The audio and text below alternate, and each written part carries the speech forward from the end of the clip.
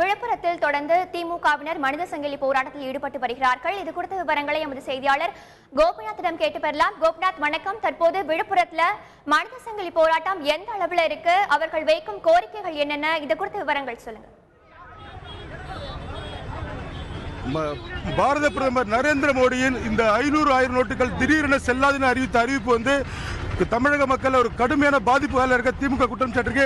தற்சமயம் பார்த்தீங்கன்னா விழுப்புரத்தில் 4 முனை சந்திப்பிலிருந்து விழுப்புரம் ரயில் நிலையம் வரைக்கும் தற்சமயம் திமுகவினர் மனித சங்கிலி ஈடுபட்டிருக்காங்க. இதில் பார்த்தீங்கன்னா திமுக முன்னாள் அமைச்சரும் திருக்கோவிலூர் சட்டமன்ற உறுப்பினருமான பொன்முடி தலைமையில் தற்சமயம் இந்த மனித சங்கிலி போராட்டத்துக்கு மேலே தற்சமயம் நடந்துட்டு இருக்கு. நம்மளிடையே அவர் இருக்காரு, அவர்கிட்ட அவரோட கருத்துக்கள் தெரிஞ்சுக்கலாம். அதை பார்த்தீங்கன்னா சரி, இப்போ விழுப்புரத்தில் மனித சங்கிலி நடத்திட்டு இருக்கீங்க, என்ன காரணத்துக்காக நடத்துறீங்க, அரசுக்கு கோரிக்கை வைக்கிறீங்க? எந்த காரணத்துக்காக தமிழ்நாடு இந்தியா பூரா தெரியும்.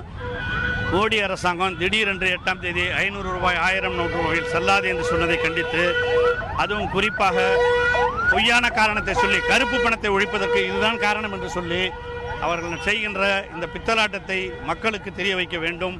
உடனடியாக இந்த அவருடைய நடவடிக்கையை அவர்கள் ஆராய்ந்து திரும்ப பெற்றுக்கொள்ள வேண்டும் என்ற காரணத்திற்காக இந்த மனித சங்கிலி போராட்டத்தை தலைவர் கலைஞர் அவர்களும் தளபதி அவர்களும் அறிவித்து இன்று தமிழகம் முழுவதும் நடைபெற்றுக் கொண்டிருக்கிறது. விழுப்புரம் மத்திய மாவட்டத்தின் சார்பில் சுமார் 5 கிலோமீட்டர் தூரத்திற்கு இந்த போராட்டம் நடைபெற்றுக் கொண்டிருக்கிறது.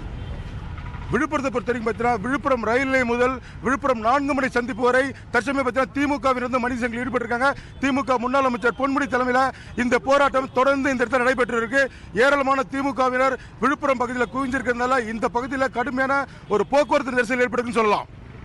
கோபிநாத், இப்போ திமுகவுடன் இருக்கும் கூட்டணி கட்சிகள் அங்க விழுப்புரத்துல இந்த போராட்டத்தில் ஈடுபட்டிருக்கிறார்களா, இது குறித்த விவரங்கள் சொல்லுங்க.